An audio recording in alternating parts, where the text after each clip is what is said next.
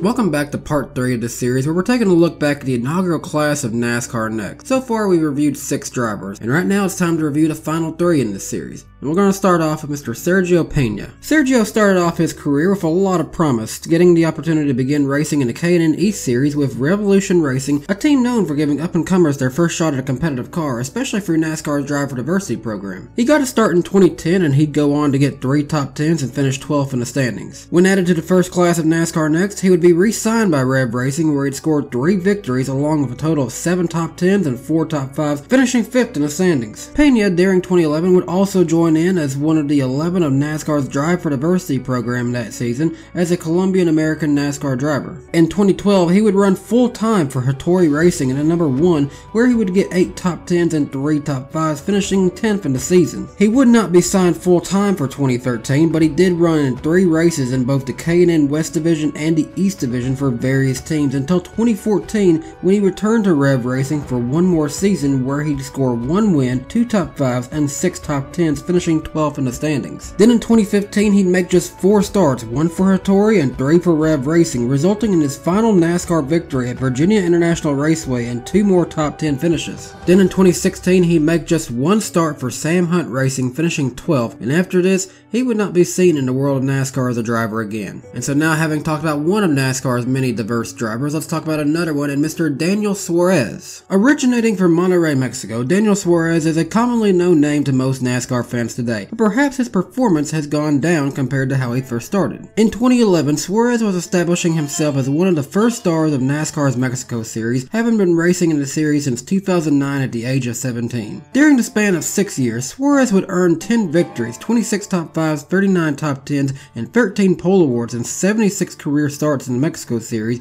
with a best season finish of 2nd coming in 2013. Meanwhile, from 2011 to 2014, Suárez would make various starts in the K&N Series, particularly in the East Division in 2013 and 2014 when he was signed with Rev Racing, in which he'd score a total of 3 victories, 14 top 5s, and 25 top 10s between the Eastern and Western divisions, with a best season finish of 3rd in 2013. Then everything changed for Mr. Suárez in 2015 when he moved into NASCAR's upper series of Joe Gibbs Racing and sponsor Aris, who was also on board of Carl Edwards in the Cup Series. For 2015, Suárez was tasked with driving JGR's flagship Xfinity Series car full-time in a number 18. The first year was not bad by any means. He did record 3 pole awards, 18 top 10s, and 8 top 5s, but he was unable to score victory in quite possibly the team's best car, going on to finish 5th in the standings. Suárez would also make 13 starts for Kyle Busch Motorsports number 51 truck in 2015, recording 10 top 10s and 7 top 5s, and in 2016 things would get better. He would once again make 13 starts for Kyle Busch Motorsports, and this time he would score 1 pole award at Kentucky in addition to 6 top 10s, 3 top 5s, and 1 victory at Phoenix. And this was just kind of a side quest from his main 2016 accomplishment of his 2016 Xfinity Series Championship campaign, in which he would score 3 pole awards, 27 top 10s, 19 top 5s, and 3 victories, including the season finale at Homestead, becoming the first foreign-born driver to win a NASCAR National Series Championship. Then following this, something shocking and unexpected happened. In 2016, Suárez had changed over to the number 19 in the Xfinity Series, sporting the same paint scheme as Cup Series driver Carl Edwards. Edwards very nearly won a 2016 championship before being taken out in a multi-car crash. Well, instead of coming back stronger in 2017, he didn't come back at all. Carl Edwards peacefully left Joe Gibbs Racing and NASCAR altogether,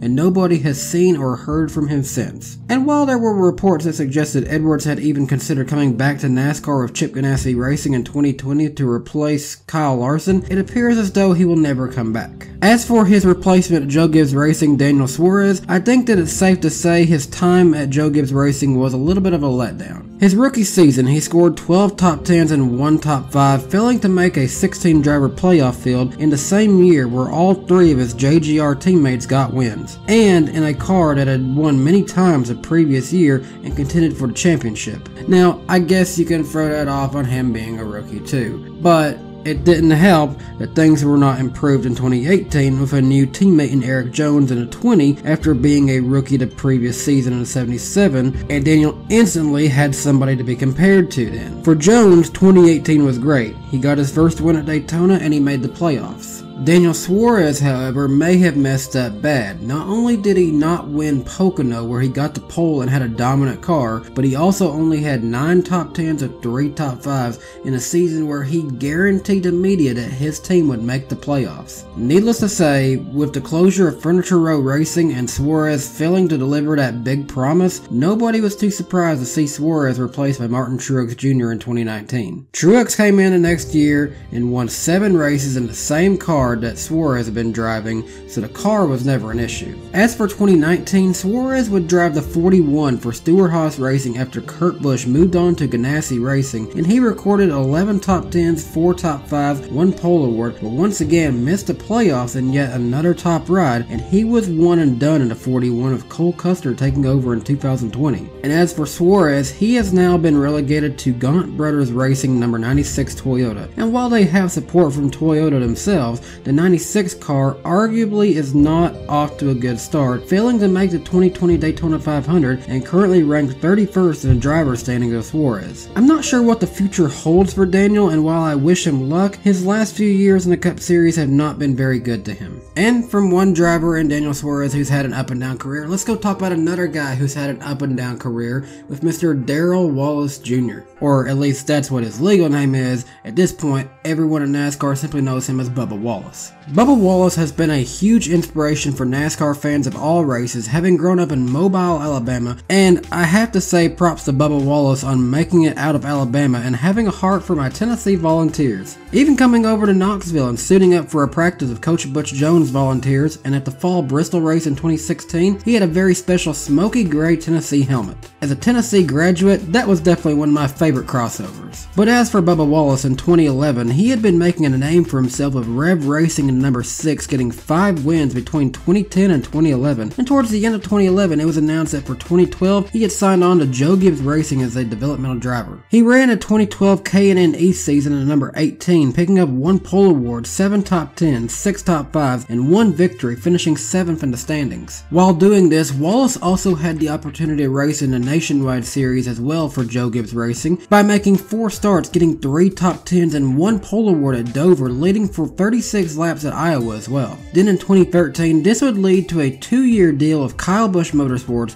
which would see him scoring his first career victory in a fall Martinsville race of 2013, which was the first time that any African American racer had won in NASCAR's National Touring Series since Wendell Scott did so in 1963. Bubba would end 2013 with 1 pole award, 12 top 10s, 5 top 5s, and that 1 victory en route to an 8th place finish in the standings. In 2014, he was back in Kyle Busch Motorsports number 54 truck, doing even better with 2 pole awards, 14 top 10s, and 4 victories, including a win in the Dirt Derby at Eldora, plus a touching tribute in the renumbered 34 truck at Martinsville, paying tribute to Wendell Scott upon the announcement of his induction into NASCAR's Hall of Fame. Meanwhile, as good of a season as this was, with Wallace finishing 3rd in the 2014 standings, he was released from the JGR development program. After this, he was picked up by Roush Fenway Racing's Xfinity Series program, where he would remain until midway through 2017 when he was released after 12 races due to a lack of funding. After this happened, it seemed as though Bubba Wallace had nowhere to go. That was at least true until the sad night in Kansas when Eric Almirola was injured in a crash. While Regan Smith would get the nod to drive the first race after Kansas, Bubba Wallace would get to make 4 starts between Pocono to Kentucky, even being able to finish 11th at Kentucky. After Kentucky, Almirola returned, and Bubba would make just 1 Truck Series start at Michigan in number 99, where he'd pick up the victory, but despite failing post-race inspection, the win was not stripped from Wallace due to the rules at the time. However, when it was announced that Eric Almirola would be replacing Danica Patrick in the number 10 car at Stewart-Haas Racing, Bubba Wallace was the favorite to get to number 43 at Richard Petty Motorsports, and this in fact is what happened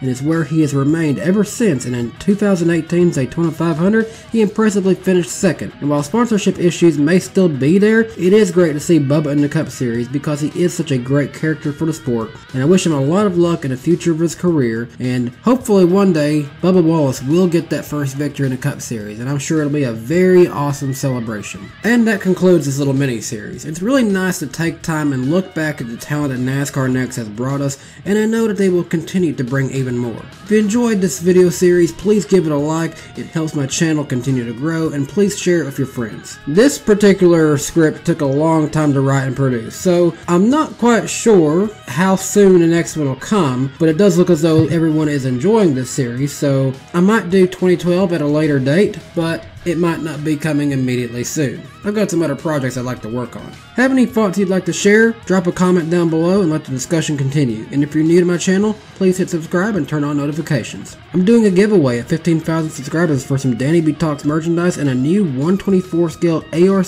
diecast of the winner's choice. How to enter will come once we reach 15,000. Also, I do stay active on Twitter and you can follow me there as well at DannyBTalks. Until next time, thank you for watching and I hope you have a great day. Bye guys.